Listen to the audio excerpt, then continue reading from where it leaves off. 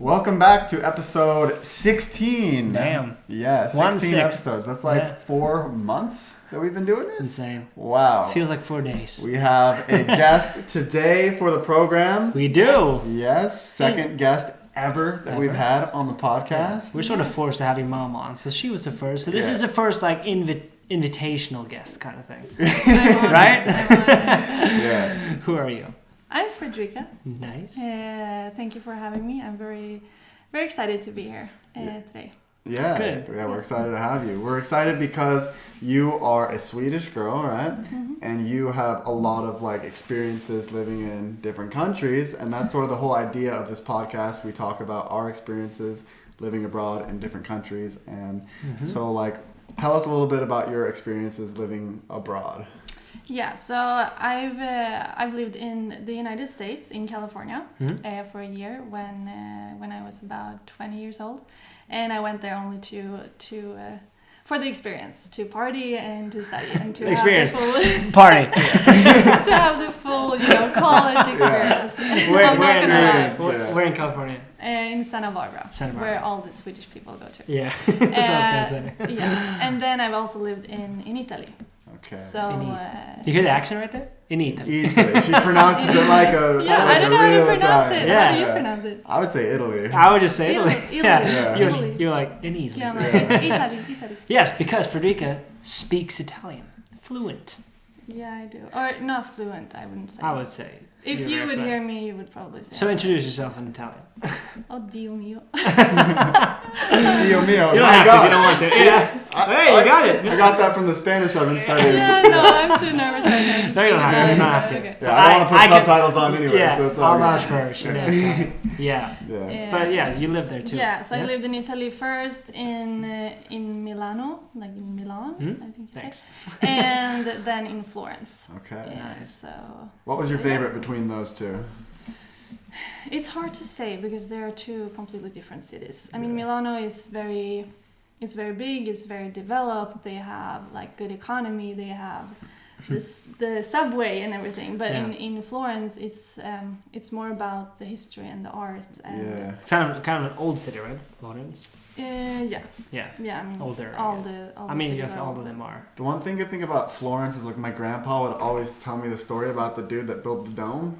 Right? And you're like Brunelleschi, right? I think you're asking me a question. I don't know. Are you supposed to see the connection? Yeah. Wait, so probably. What was that story? What would I think like there was this like Italian inventor, architect, whatever, and like back then it took a lot of like math to like line up the dome correctly and like make sure it all like connected at the top. So yeah, I have a lot of Italian ancestry. So like my mom's dad is Italian. Like he was born to Italian parents. So like I'm actually able to claim Italian citizenship. So I'm in the process of like applying for you're like an Italian passport. So when she started speaking Italian, I'm like, damn, I know this.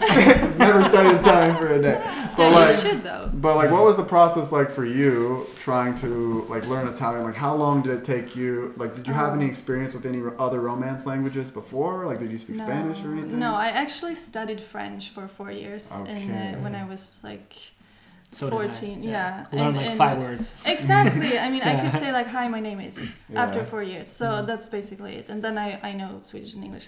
But it was actually not until I moved to Florence when I first started learning the language because I was speaking English with my boyfriend at the time in Milano. So, and it took me about, I think, a month before I could communicate in Italian. Wait, but then I had moving to Florence, yeah. Because I was studying like 4 hours a day, 5 days a week, so it's very intense. And then I was also surrounded by the people and the language. So. Do you think the French background helped at all?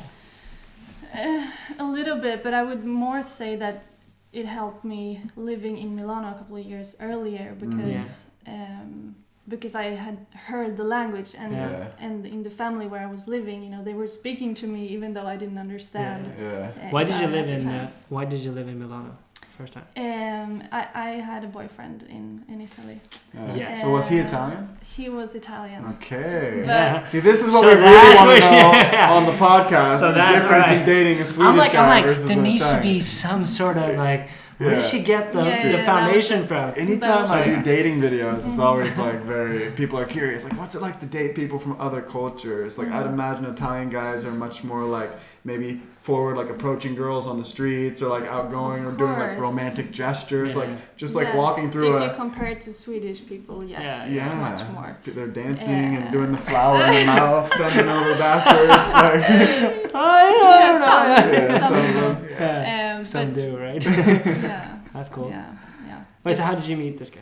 In Sweden or in? Oh God, are we really gonna get into that? No, sorry. It was really random. Okay, I can just take it shortly. But we met when I was traveling to Bulgaria with my girlfriends. I was 17 at the time, and we fell in love instantly. Like boom, love at first sight. Exactly. That's awesome. My parents, they were in shock when I got back, and I was like, "Mom and Dad, I am in love. I'm dating an Italian guy." And like shit. And he's Italian, and so I moved there actually a year after that because we had a distance relationship for a year. Nice. And we were very much in love, but fortunately he spoke English, so we could understand each other. But his family didn't. It would have been tough to fall in love if you just didn't speak the same language. You're like, there's something about this girl. I can't say a word to her, but you know what? It was a little bit like that in the beginning. Yeah, it was much Google Translate. That's so interesting, like the pheromones or something. Exactly, like it was weird. It was super weird, but I was very decisive that that's awesome. He's the love of my life, and we're very good friends today, actually. So I go there very often to visit the family, and now I can speak the language, so the mother is very happy about that because she couldn't speak to me at the time. Yeah, it's so interesting. Like awesome. I remember when I came here with Lynn, and like hearing her family like speaking Swedish, I was like, what is this like crazy language? And of course they were all like super good at English, but then like I went to her like family's house for dinner like a couple years after we broke up, and I was like completely fluent in Swedish, and like the same conversations we'd have at the dinner table that was like completely English, where like we didn't speak a word of English like the whole night now, and they're like, wow. Yeah, that's a cool. It's so interesting to like go to other people's families in different cultures, because this girl that I dated in Texas, I went to her family's house and like had dinner, and just to get that like family vibe in another culture, and like, oh, so this is your like dinner routine, and like this is the vibe around the kitchen table, like you know, you always have your own sort of experience from growing up, and just getting that in a different culture for you in Italy. And I remember I dated another girl in New York, and we went to her house in Pennsylvania, and it was like this typical like American big family life kind of thing, and it was like Easter, and there was like Easter bunnies and decorations everywhere, and there was like this super typical like happy American family, and I got to know them like really well, and like, you know, I sort of learned like in the long term that it was sort of, I mean, a lot of it was sort of a facade as well, like this is what it's supposed to look like, so this is what we should do. It was all nice, you know, and they were happy, but it was like, it was just interesting to experience that. And I can imagine like going to Italy and getting that, you know, not even knowing the language, must have been like really... Did they pray at the dinner table before meals? No. Okay, that must be an American. Yeah, we did, yeah, you guys. Yeah, so on. Yeah. They just shovel the food. They're like, Fredrik, you want to say grace? I'm like, what? Bless the meat, let's eat. Yeah, exactly. It's the fastest one. I'm like, thanks for letting me date your daughter. Dear God, Jesus Lord, thanks for letting me date your daughter. But that's all right. So moving on from love and relationship. Sorry, we just had no background. Yeah. But then you moved to Florence for just like studying the language, or did you? I did. Yeah? I was a little bit lost at the time, so I didn't know really what I wanted to do in life. So then I just randomly booked a trip to Italy and to Florence, and I started studying Italian because I needed something to do. Yeah. And here in Sweden we also get paid. I mean, we can take loans easily from CSN. Yeah. So I didn't have to apply for a job, and Nice. so I thought it was perfect. Let's use the system. Yeah, but then also because I really love the language. Yeah. It's so beautiful, so I thought, why not? She just went there and just learned it. That's cool. Yeah, and then it went more quick than I thought. Yeah.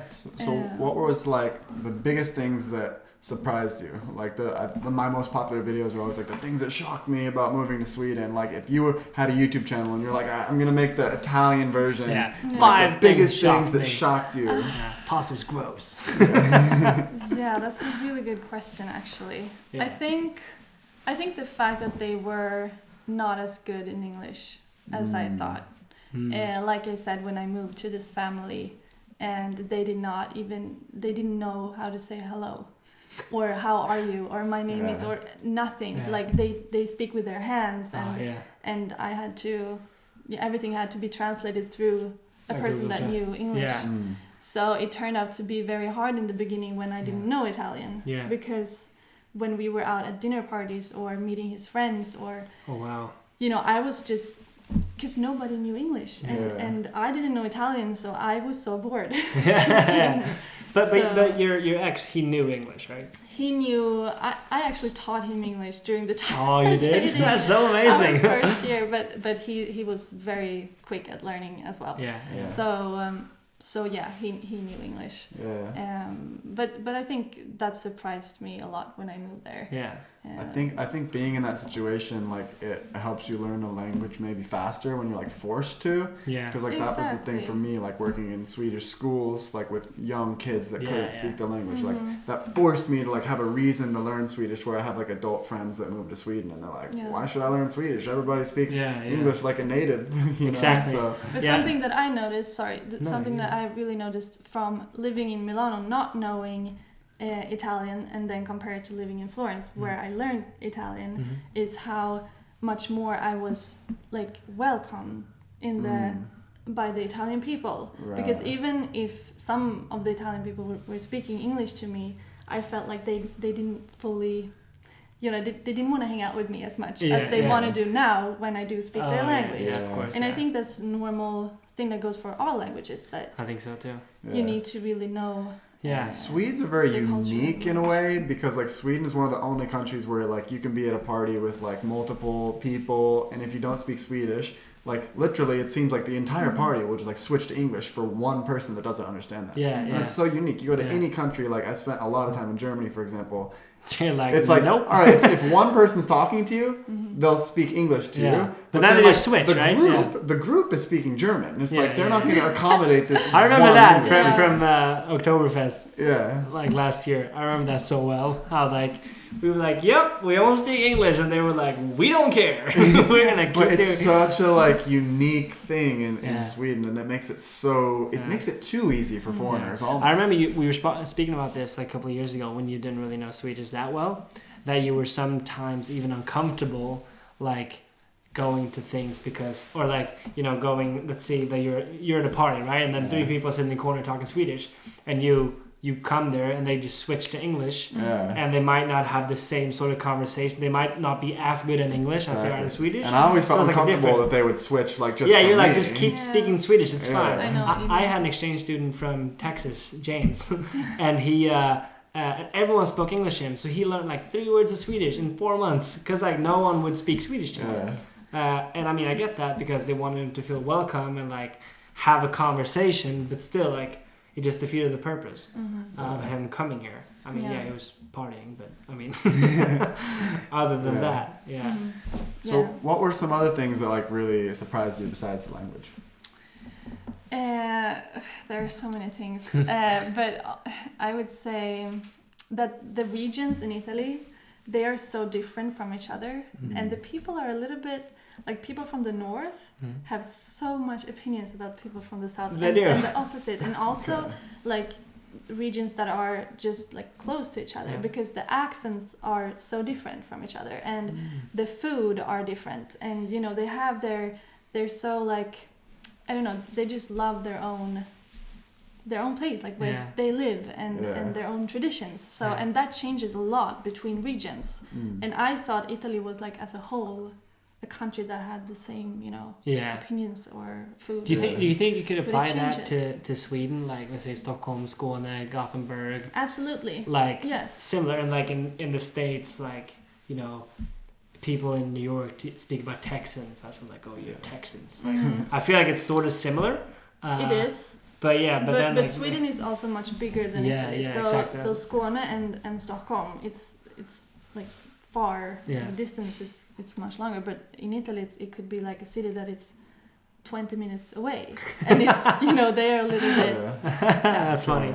So Is so it common it's for fun. people to move around in Italy, or is it common to like stay? Would you say in like the same city? I think it depends, but Yeah. but since they live at home, most Oh, they do. people until they are very like old or like compared to Mama's Sweden, boy. Yeah.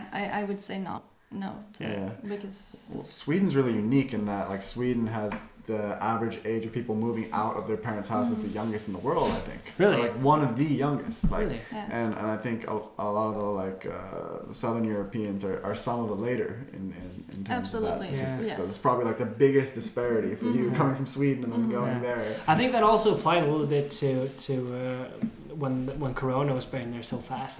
Yeah. Was that many generations living together? Yeah. That's at least what I heard. Exactly.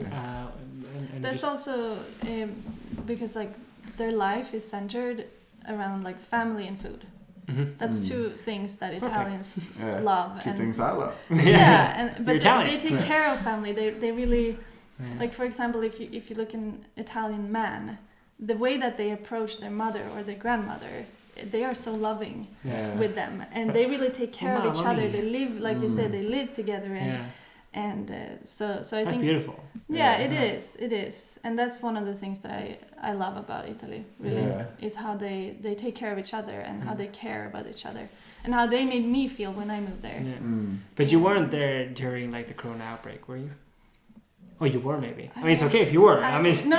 I yeah. was actually, I was in Pisa like 3 days before they went into lockdown in Really? Italy, because at the time we didn't really know how serious the situation was. So this was Yeah. in March, beginning of March Mhm. last year, Yeah.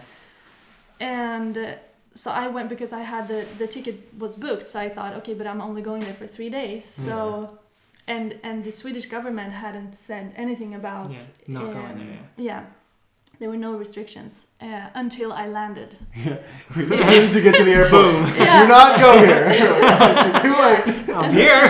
then UD, how do Yeah. you say it? Like the Well, the Department of whatever. Yeah. Travel. I don't remember how to say it. they put a restriction to not go to Italy at the time. So I was like, shit. Oh, yeah. Too late. Yeah, and then I was basically, I had to go back like 12 hours later. Wow. Really? Because there were no flight. All the flights were cancelled. So you Because were then like, they "Let also me get went on the into flight." lockdown on Oh, like wow. 3 days later. So you could have stayed there for like 6 months. Yeah, I could. I Yeah, could have yeah. if I didn't go Oh. home. But when I landed at the airport, they were welcoming me with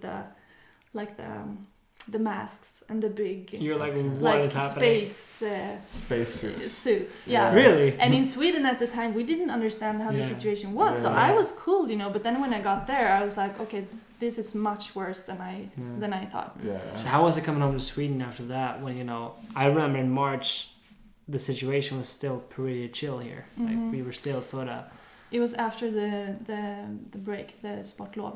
yeah. And that's when spring I break, also spring break, yes. When I got back and realized that it's bad, Yeah, it's pretty bad. Yeah. pretty bad. Wow. And so sad. But were you in touch with a lot of people in Italy during the time when Yeah. Corona was? Yeah, Because I they have were a like lot they of went into friends hard lockdowns, right? They just, were. Yeah. They were. They weren't doing anything. Yeah, I had friends in one of my friends lived in Torino. Mm-hmm. Turin. I don't Yeah. know. Yeah, too. Yeah. And she Torino. lives with her parents in an apartment, and they were like under lockdown for Yeah. 2 months without being able Wow. to go outside unless Wow. you had to do grocery shopping. So Oh my God, how do you do that? Yeah. I think we, I'd we divorce my FaceTimed a family. lot. Yeah. So it was much worse there than it was here, I would say, Yeah. because we were never in a lockdown. Wow. Yeah. And they were exactly. strictly. They were hit pretty hard though, right? Yeah. Yeah. Yeah. I remember, I think they were like the first country that had Corona pretty bad. Yeah, I remember the Yeah. outbreak in Italy. Mhm. I work in a travel agency, and we had people in Italy the end of February, and then like the area around Milan, it was really starting to spread, and we were like in the Alps, pretty close, and you know, we just got them home, but they weren't flying. It was a bus trip, so we like started looking for people trying to get home, so like they could like go with our bus. Felt like we just had our little group, and then we just went home. I remember that so vividly, just how stuff just started to get out of hand, basically. Yeah. And no one really knew what to do. So. Yeah, it was so scary. Yeah. When you realize that, okay, this is much worse than we what the hell are we doing expected. in Sweden? What are we doing? I was in Milan like a couple of months before Corona, and I was just like, didn't even think twice about it, obviously, right? And then to just think like, wow, because they, I think, had it one of the worst of like all the cities from what I heard. Yeah. And I felt like so fortunate that I at least had the chance to like see it. And Milan I thought was a very, very cool city. Yeah. Like, I've only been to Milan and Rome, but like Milan seemed like a city that I could like easily live. Like everything was clean, like working on time. Everybody was like well dressed. I was like, it's similar to Stockholm. Like that's the city that is the most similar to Stockholm. Yeah, I've heard Milan is like the financial capital, so there's a lot of money there. Milan Fashion and Rome Week, isn't that a thing? is more like the. See, I know my shit. And I've heard Rome is more like the political capital, where like the decisions get made for like politics. Isn't Rome the actual capital? Yeah, it is. Well? Yeah, it's the actual. Yeah, that makes sense. I remember I went to Italy back in 2017.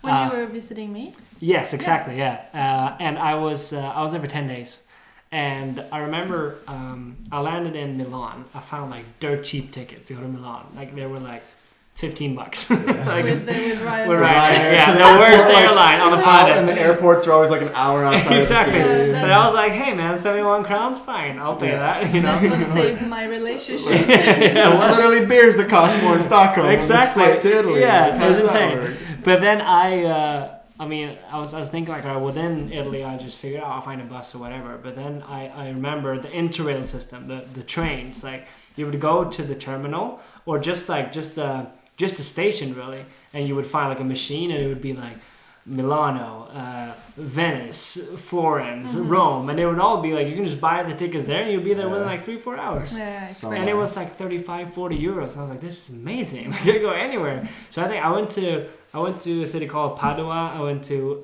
Venice. I went to see you in Florence, and then we went to Bologna as well. In like the same trip, like 10 days. Just knocked it out. Yeah, it's great. The system is also because Italy is so small, so you could basically go from the north to the south in one day. That's what surprised me. It was so small. And what's surprising to people is that Sweden is so big. Like I have a friend from Kiruna, like the very, very north of Sweden, and it's like if you want to drive there, it's like 15 hours. It's like crazy. Like nobody would drive there. Everybody just flies from Stockholm, and Stockholm's even 6 hours up from Stockholm's southern Sweden, but we don't think of it as southern Sweden because it's so like not many people that live. You think that's in the middle, but it's really not. North is huge. Yeah. So that's something that I was surprised that I really liked about Italy. That was that everything was so close, and obviously most places are really beautiful. Yeah. But then again, I was surprised by like infrastructure wise. It was like I met another friend that was he was studying in Padua, and the first thing he said, he's like, "Yeah, man, like." Going back to Sweden, I just loved to pay tax because look at this place. I know.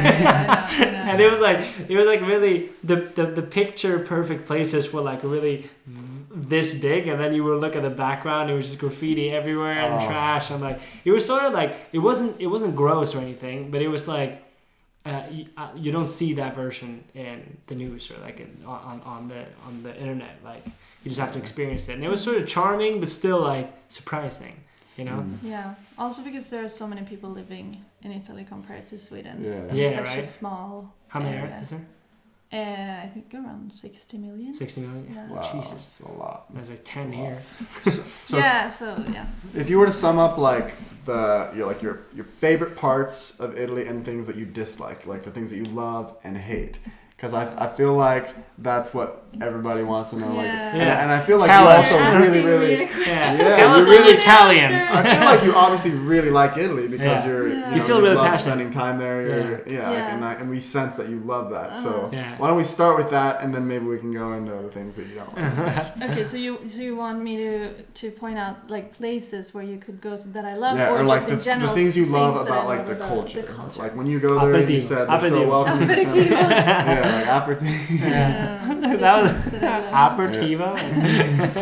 Whatever language I learn, I'm gonna have the worst American accent. Doesn't matter really what are. language. Can you say anything in Italian? No, please no. Not really. Please do. Do. Prego, grazie. Grazie. Bravo. Ciao bella. Andiamo, ragazzi. Andiamo. You see? Arrivederci. Yeah, that's good. You have a good Arrivederci. pronunciation. I would Really? say. Yeah, Yeah, you do. Italian DNA. Look at me.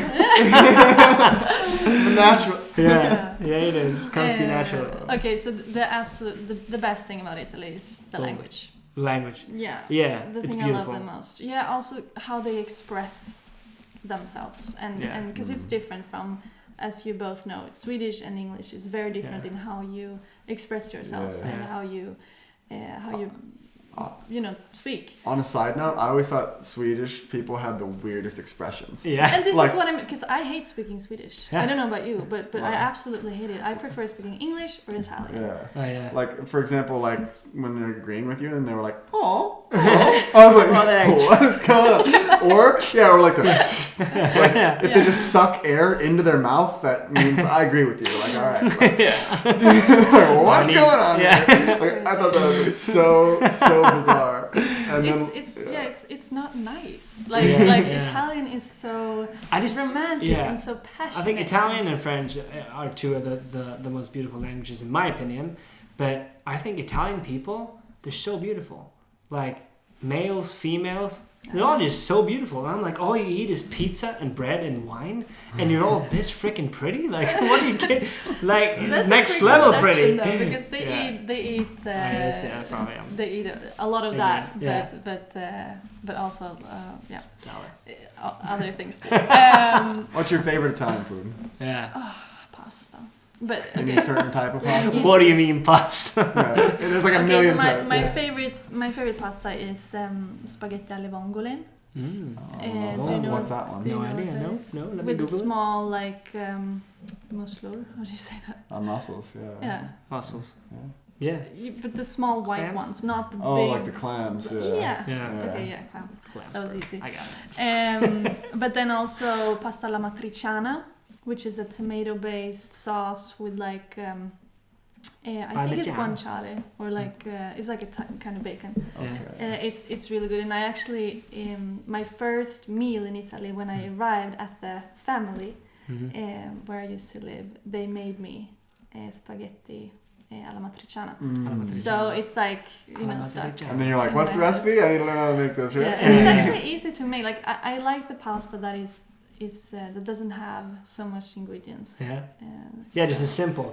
Yeah, it's shocking to me because I don't really cook that much, but like I've been looking into pastas more frequently these past couple of months, and just how like the simplicity of it, but then again also how hard it is to get it like so good that some people do. Some people just whip together pasta and it's the best thing you ever had. Yeah. And then like some and it's all from the quality of the pasta that you're cooking and then just how you cook it It's basically. made with lots of love. Yeah. That's Also- Shut the fuck. I'm Italian, right? I know about this. Yeah. No, but it's amazing how easy it can be to make it, but hard it can be to like make it so delicious as it can be. Like spaghetti carbonara.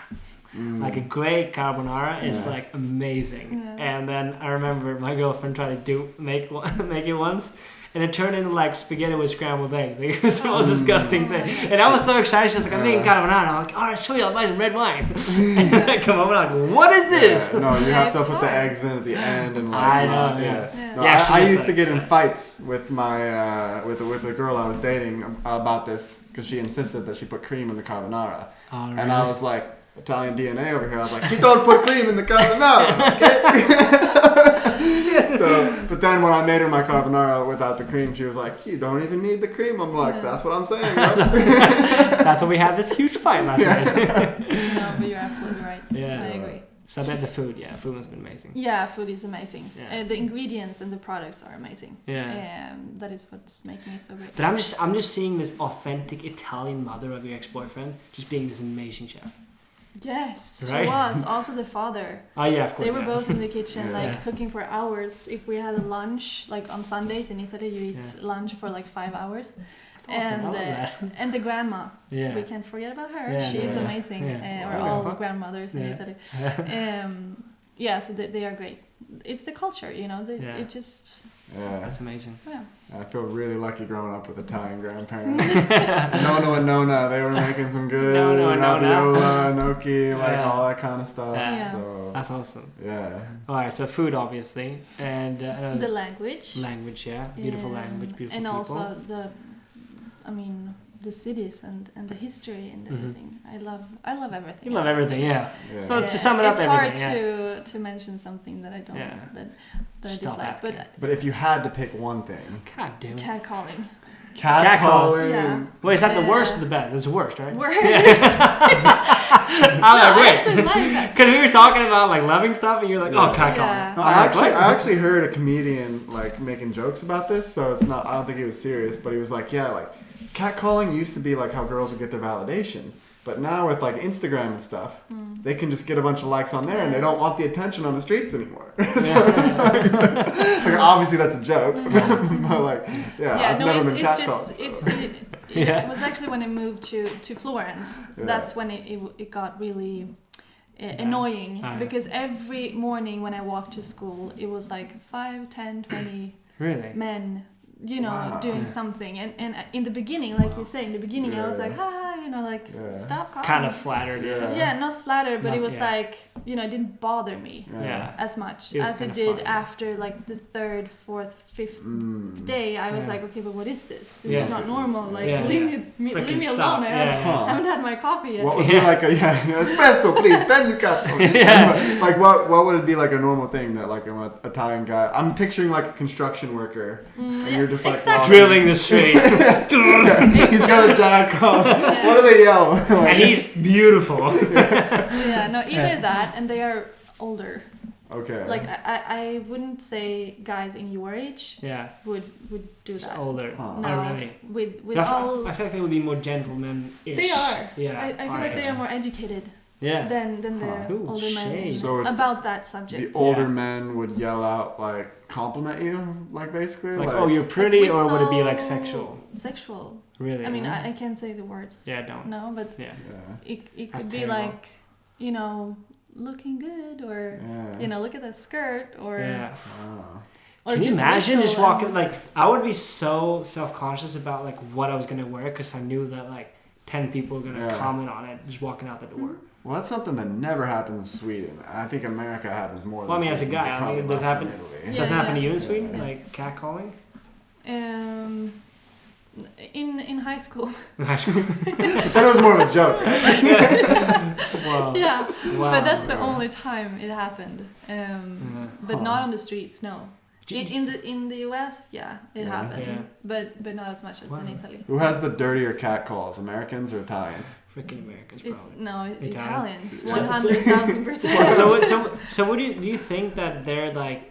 I mean, obviously there's something wrong in their head also, but like, do you think the reason for saying it is like because they feel like they're complimenting you?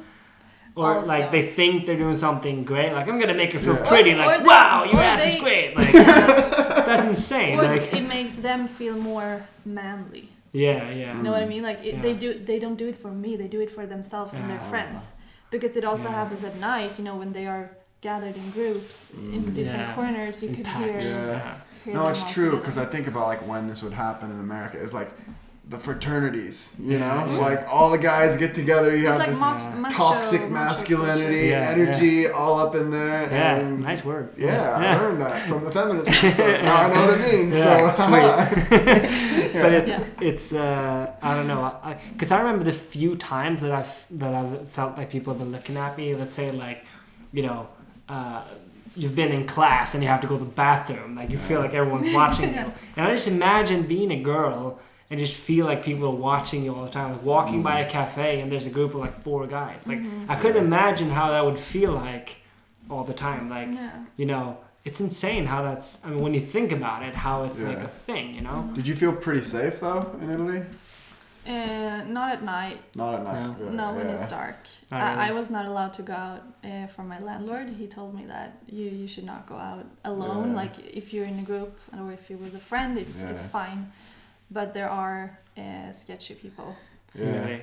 I've noticed that a lot in these places, like in Southern Europe. I think in the culture too, like there's this expectation of like walking the girl home at night. Like even in the US when I was in college, like if you were hanging out with a girl all night and she wanted to go home, like we sort of had this like code in the fraternity that like you should like take it upon yourself to like walk her home and like make sure she gets there safe. And it's sort of this role of like the guy like sort of protecting them in case anything goes wrong, right? But in Sweden it's made so much progress in like making the genders as equal as possible, but also maybe it's because Sweden's such a safe country that allows them to make progress in that way. I don't know, maybe that's I wouldn't say that it's different from I mean I don't feel safe going out here as well when it's dark.